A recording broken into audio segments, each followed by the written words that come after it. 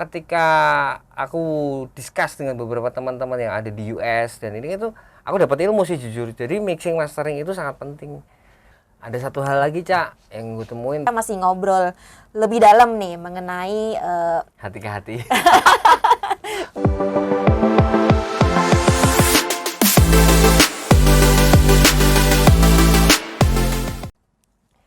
Halo Sobat Art, kembali lagi di Next Podcast nih dengan saya Ica ya.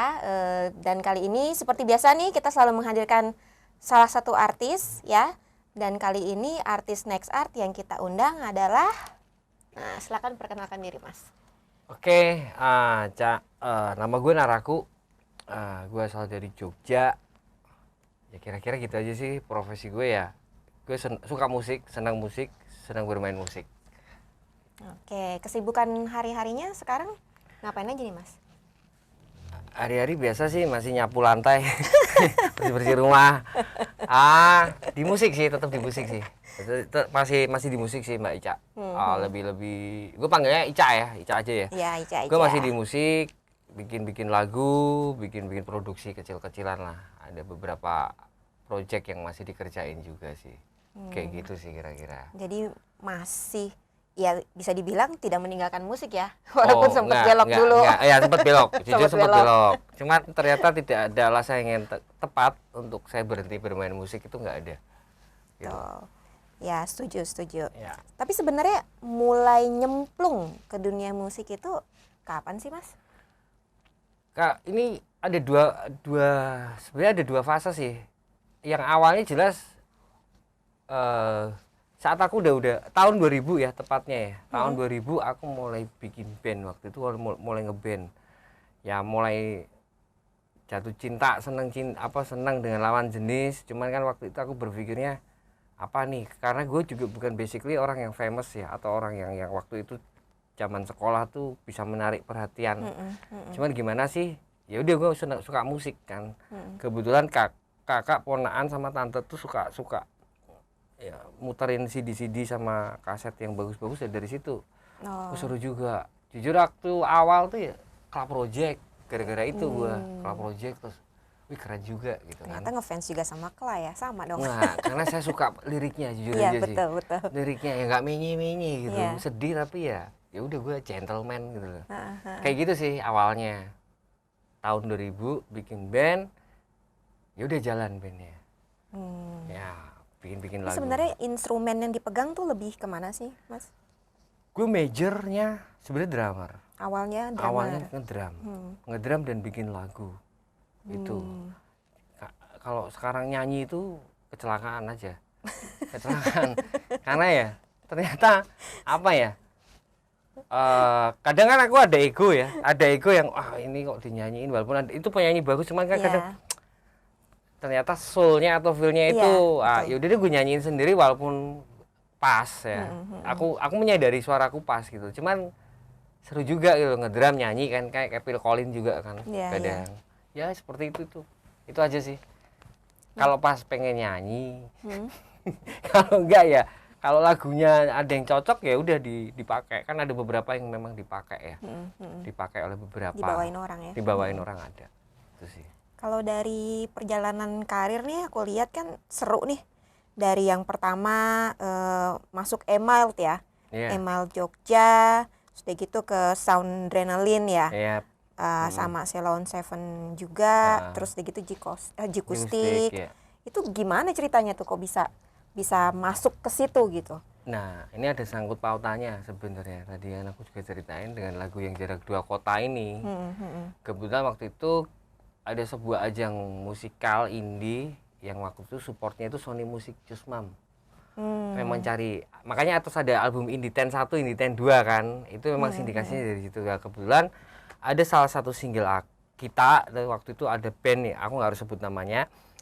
Kebetulan lagunya Jarak Dua Kota itu lolos sampai 44 sindikasi radio kalau nggak salah waktu itu. Kita ada di chart 5 besar dalam 6 minggu berturut-turut, sampai akhirnya ya udah dari Jogja kepilih. Ada event terbesar ya waktu itu, jargonnya kan Wostock ya. Wostocknya awal Indonesia, kita punya Wostock nih ya, Soundrenalin itu kan. Dari Jogja kebetulan ada, kalau Sheila Jikustik jelas ya. Terus ada dipilih salah satu indies yang harus masuk. Kita alhamdulillah yang terpilih karena ya lagu Jarak Dua Kota ini.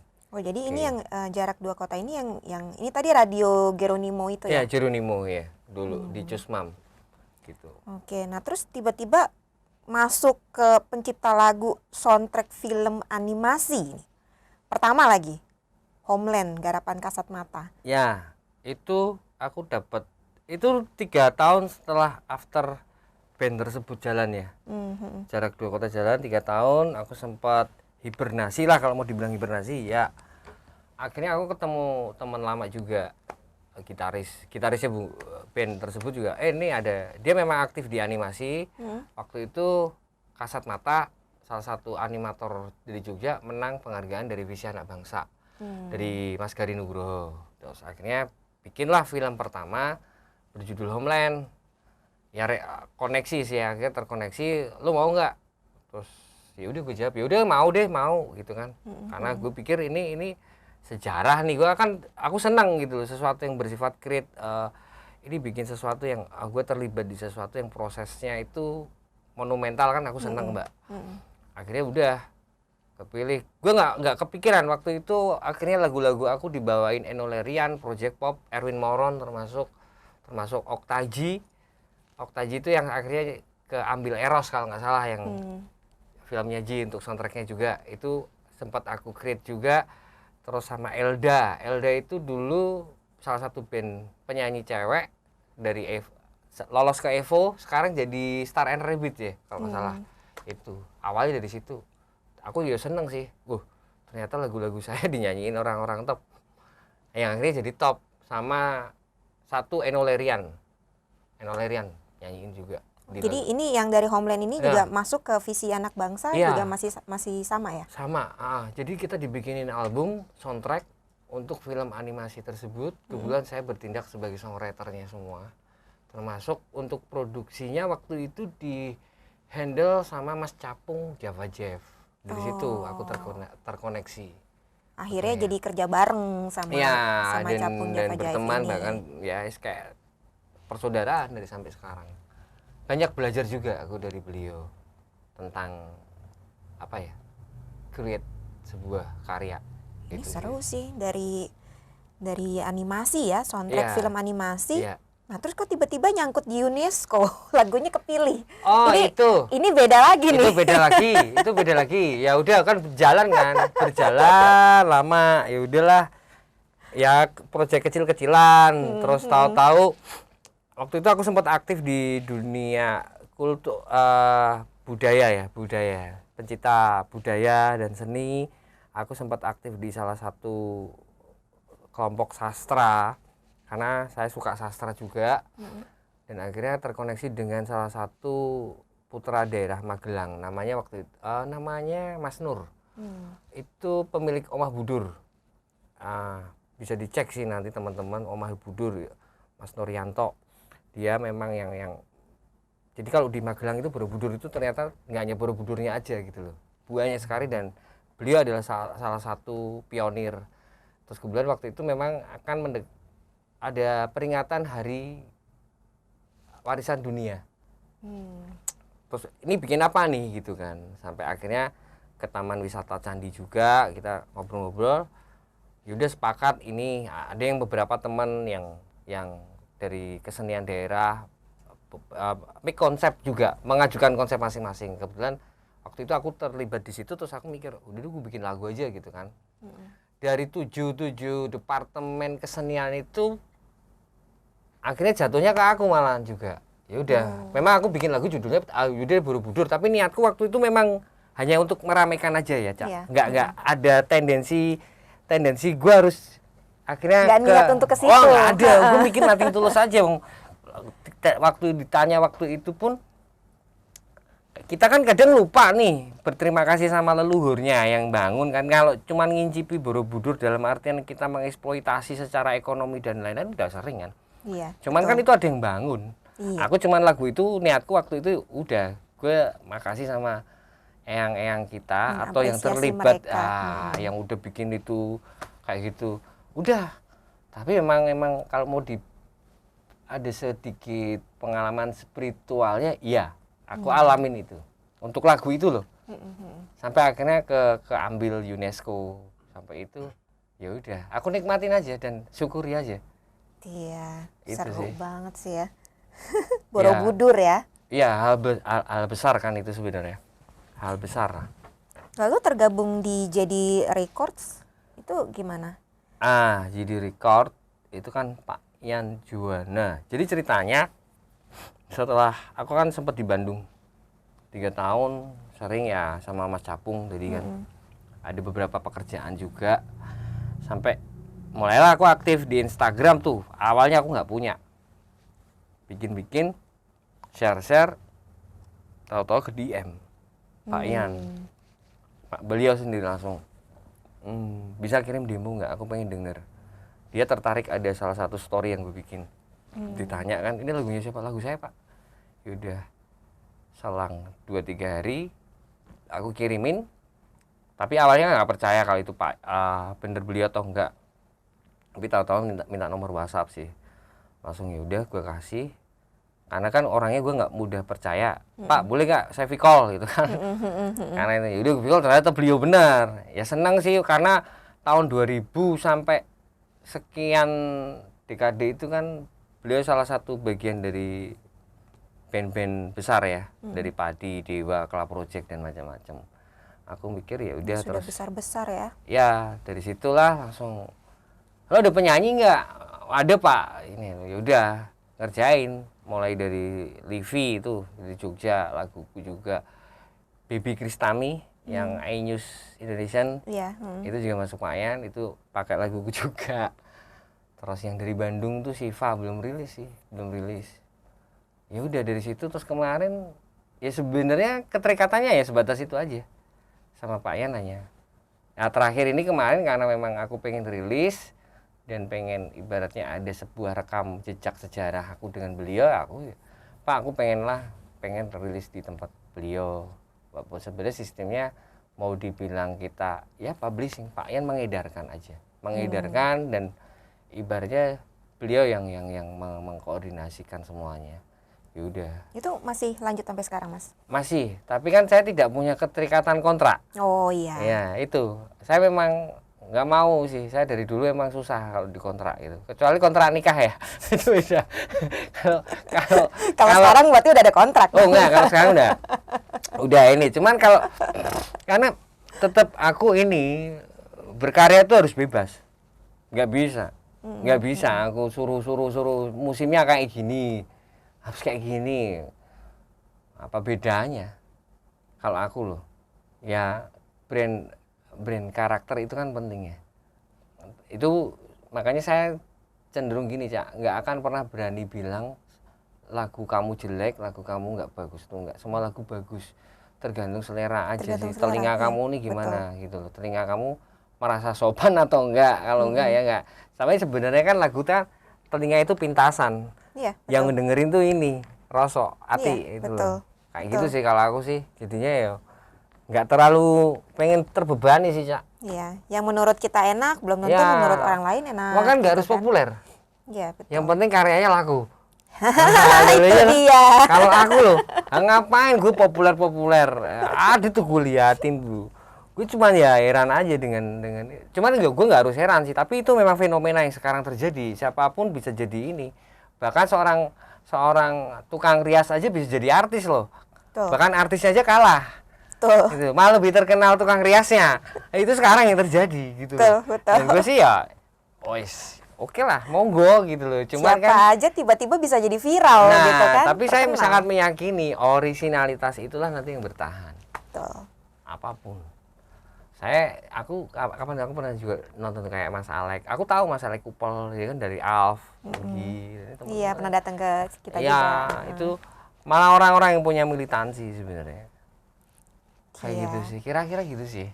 Kira-kira. Nah, dari saya kan masih belajar. Ngomongin soal Alex Kuple. Nah, kalau Mas Naraku sendiri total lagu yang sudah dikerjakan, yang dirilis, udah berapa, Mas? Ada 24 sih. Ada 24 yang udah ini. dirilis. Dirilis. Tapi yang belum dirilis? Yang data rekaman dulu tuh kan banyak. Cuma kan secara audio ya aku ambil sangat jauh ya. Sangat jauh secara kualitas. Karena ya ini mix. Ketika teman-teman ini ya udah kita bener-bener kan mixing mastering itu penting. Oh iya. Menurut saya. Itu benar. Aku aja sekarang maparinya gini, Cak. Aku bukan seorang penyanyi atau apa. Ketika aku bikin karya itu aku kayak bikin film. Mixing masteringnya itu penting karena apa?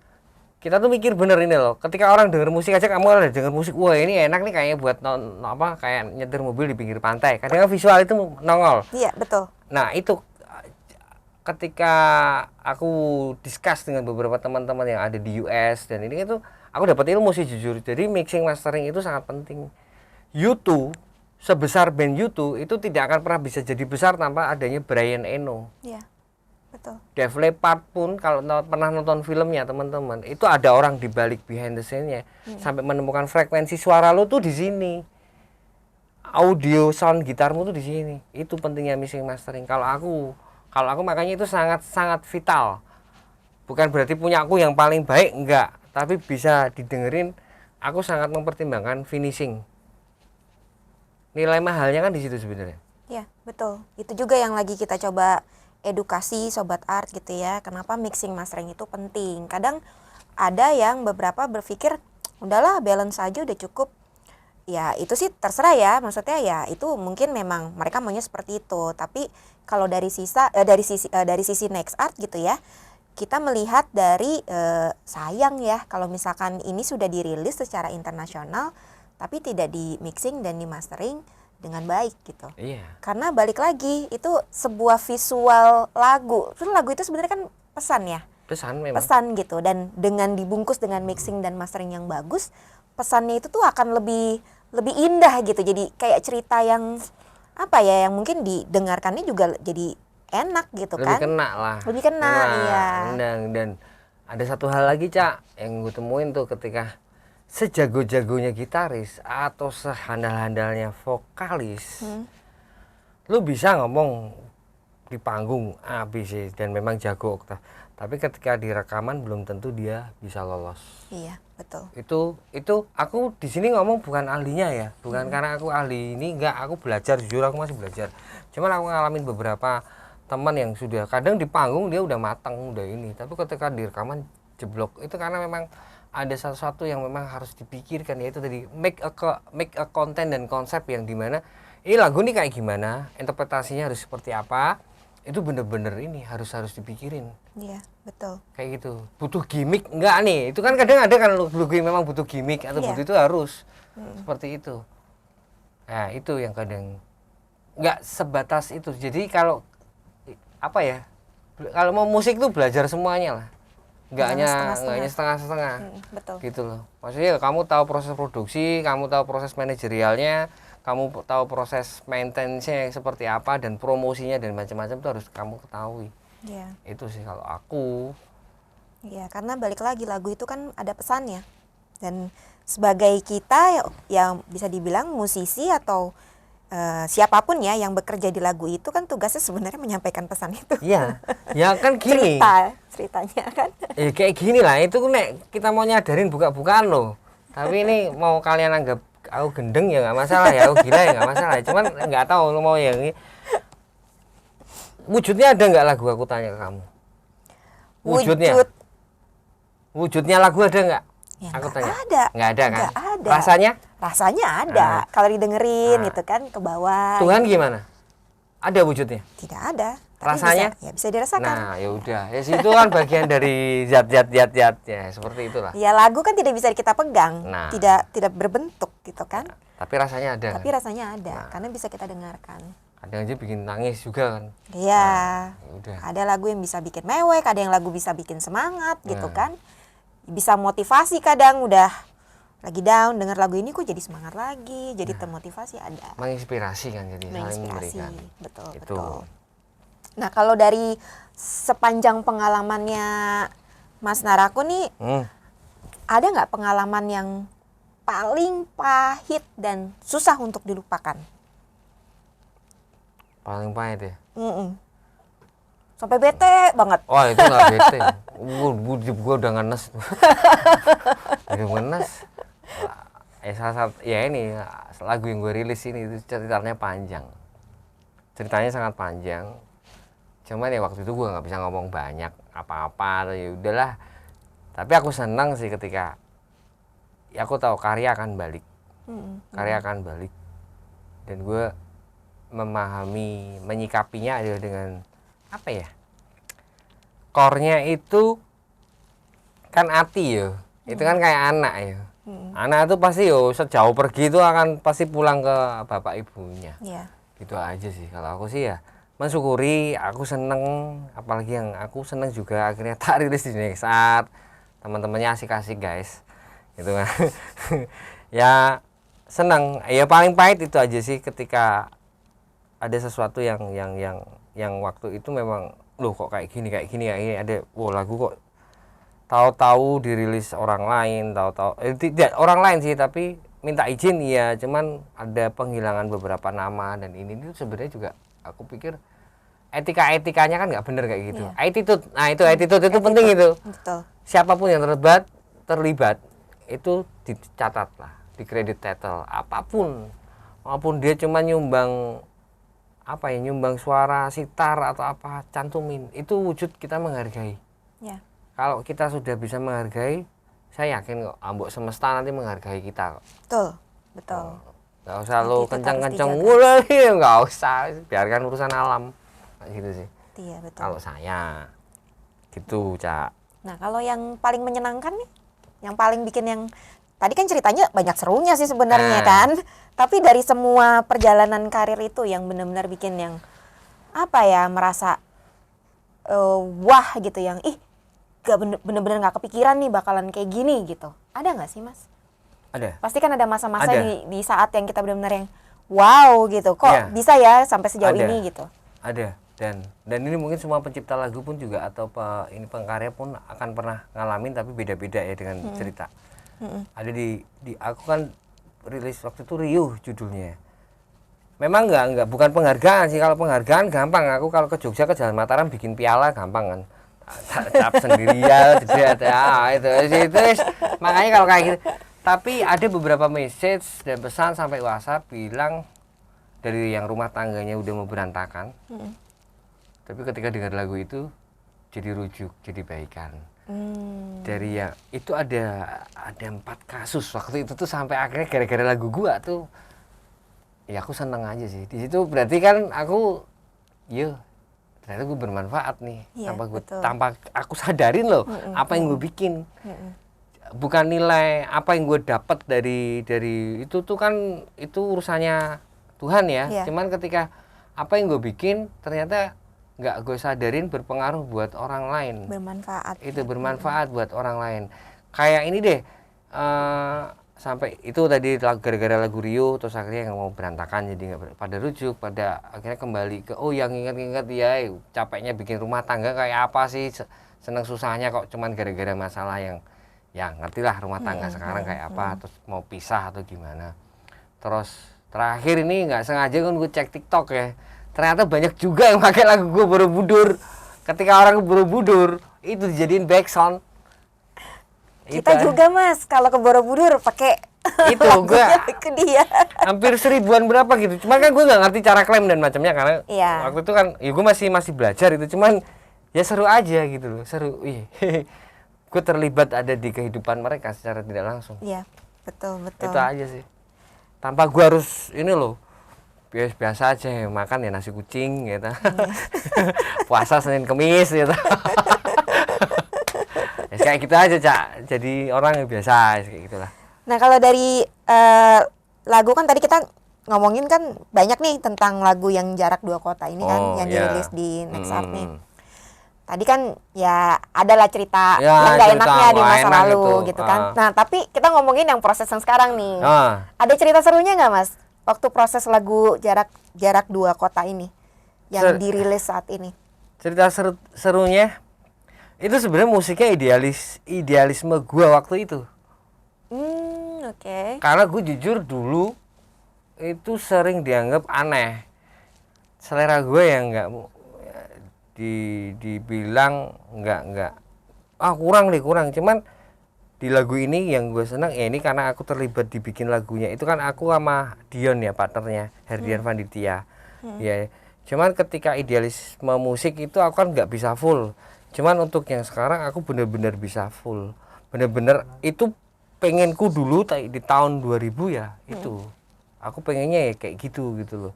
Bukan dengan apa, sebenarnya kan teknologi memang sebelum secanggih sekarang ya. Cuman kan kita bisa mendekati seperti itulah pola aransemennya. Iya. Seperti itu.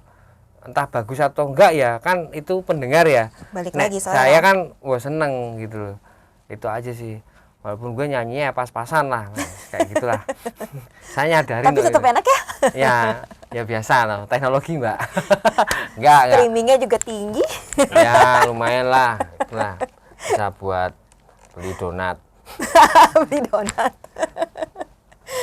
Oke, untuk project-project ke depan gimana Mas? Yang untuk saat ini yang misalkan rencana, setelah ini mau ngerjain project ini gitu. Ini ada sih dalam waktu dekat ini. Terakhir main Doni, terus punyaku. Ini Ratu Adil nanti. Ratu Adil pulang, judulnya Pulang sih. Kemudian dia stay-nya di US dan memang gue rilis di sini ntar. Gue rilis di sini. Ini on proses sih. Tadi sih aku udah 90% sih mixing masteringnya. 90%. Okay. Tinggal dikit lagi berarti. Tinggal dikit, terus paling produksi ke visualnya dan macam-macamnya kan, persiapan macam-macamnya. Jadi ketika rilis ya nggak hanya bangga dirilis doang, masih ada kewajiban-kewajiban yang kita lakuin kayak gitu sih. Setelah itu ya duetku sama Ratu Adil juga. Habis itu mungkin nyantai. Paling tinggal 2 aja sih PR-nya. Apa tuh? Ya Pulang sama yang laguku yang sama kelanjutan sequel yang Sebiru kemarin yang sama Pak En. Cuman nggak ke sana, nggak tahu ini nanti kemana, aku juga biarkan ini aja sih, ngalir aja. Yang pasti berkarya aja sih, berkarya, kerja, berumah tangga, udah selesai. Nah ini satu pertanyaan yang selalu kita lemparkan. Apa? Pesan untuk para sobat art di luar sana, karena kita setiap hari ada aja yang bertanya gitu ya, yang mereka tuh mau mulai mengerjakan karya di musik gitu, tapi mereka bingung mulainya dari mana gitu ya. Kadang untuk proses rekaman pun aja ada juga yang bertanya ke kita, stepnya mulai dari mana dulu, yang mereka tuh punya lagu masih benar-benar mentah nih Mas, yang cuma ngerekam lewat handphone, gonjreng-gonjreng direkam di handphone, tapi dari situ stepnya kemana, terutama yang di daerah ya Mas ya, mengenai akses. Kalau Jakarta bisa dibilang ya mungkin bisa terkoneksi lebih mudah, tapi yang di daerah-daerah nih kadang mereka limit kali ya, terbatasi dengan berbagai macam gitu loh. Berbagai macam. Ya saran sih buat teman-teman tetap berkarya ya, jangan patah semangat. Modal pertama itu ketika kalian melakukan hal ini jangan ekspektasi dan tujuan juga aku ntar pengennya kayak gini, jangan, tapi yakin dulu. Yakin tuh nek kamu yakin berarti karyamu bagus. Kayak gitu. Ketika karyamu bagus, percaya diri percaya diri ya. kan, kamu akhirnya akan menentukan partner-partner yang untuk bisa bekerja sama dengan kamu, mewujudkan. Ibaratnya kalau bahasa psikologinya itu cari support system yang positif. Support system yang positif itu yang memang bisa mendukung karya kamu itu untuk menjadi hidup itu banyak. Karena media sosial sekarang sangat terbuka, apalagi di platform musik ini juga udah banyak. Salah satunya Xart, kalian bisa pilih, bisa sortir. Dan untuk recordingnya masa pandemi kemarin jujur saya menggunakan via online. Saya untuk bisa berpartner dengan saya punya musik director ya, itu saya via online, dan itu bisa kalian temuin di ini kok, di Instagram lah, bermainlah di Instagram, media sosial. Tapi ketika kalian sudah menemukan nih, kalian cek dulu CV-nya mereka, karya-karya yang mereka hasilkan kayak apa, hasil mixing, masteringnya kayak apa, itu kalian pelajarin. Terus referensinya, yang jelas kalau udah sinerginya dapat secara komunikasi, itu nanti bisa kok kalian akhirnya lagu kamu tuh jadi ya nyala, jadi hidup. Kayak gitu. Jadi nggak melulu langsung gue gimana ya, bingung. Udah, kalau kamu cuman bisanya bikin lagu dan nyanyi, carilah musik director. Tapi kalau itu karena kamu mungkin malas pusing atau bentrok dengan, kalau ngeband itu masih banyak bentroknya atau banyak kena kepala. Kalau kamu mau simpel ya udah. Ya kayak gitu, tak kasih tips satu. Kalau kalian punya band, ya udah gontok, godok itu band kamu, sinergikan, bikin demo, belajar pun tidak harus dari langsung ke guru atau apa, tapi kalian bisa lewat YouTube atau banyak hal yang bisa didapatkan di Google sih. Explore ya. Explore, ya. Harus explore. Dan out of a box. Maksudnya berpikir jangan suara drum harus kayak gitu. Ini belum itu tentu. belum tentu. Belum tentu. Kadang ada lengkuhan teriakan yang mendesah aja, kadang itu diperlukan untuk gimmick, hanya disekian detik ya. Kayak gitu. Ya padahal itu kotor. Kalau secara keilmuan mixing ininya kan kotor ini, tapi kotornya itu kadang bisa jadi enak. Iya, betul. Nah, betul. itu. Nah, kalau mau ke situ tuh memang harus jam terbang sih, itu jam terbang. Betul. Estetika ya. Nah, bermain estetika itu penting. Ketika kalian udah mau mengaransemen tuh estetikanya kalian pikirkan. Untuk lebih lanjutnya estetika apa-apa tanya Ica nantinya. Boleh tanya Next Art, Sobat Art. Next Art. Kita akan bantu ya kalau memang membutuhkan konsultasi atau mungkin ya kayak contoh mencari musik director, arranger. Kalau misalkan memang kita kenal, kita pasti akan referensikan. Gitu. Nah, Mas, kita masih ada sesi selanjutnya ya. Video berikutnya. Sobat Art juga harus nongkrongin ya video selanjutnya ya. Kita masih ngobrol lebih dalam nih mengenai hati ke hati. Mungkin ya lebih hati ke hati. Tapi hati ke hatinya dengan Next Art. Ya. Oke, kita undur diri dulu untuk video yang sekarang. Nanti setelah ini kita lanjut lagi ya Sobat Art ya. Sampai ketemu lagi. Dah. Dadah, bye-bye.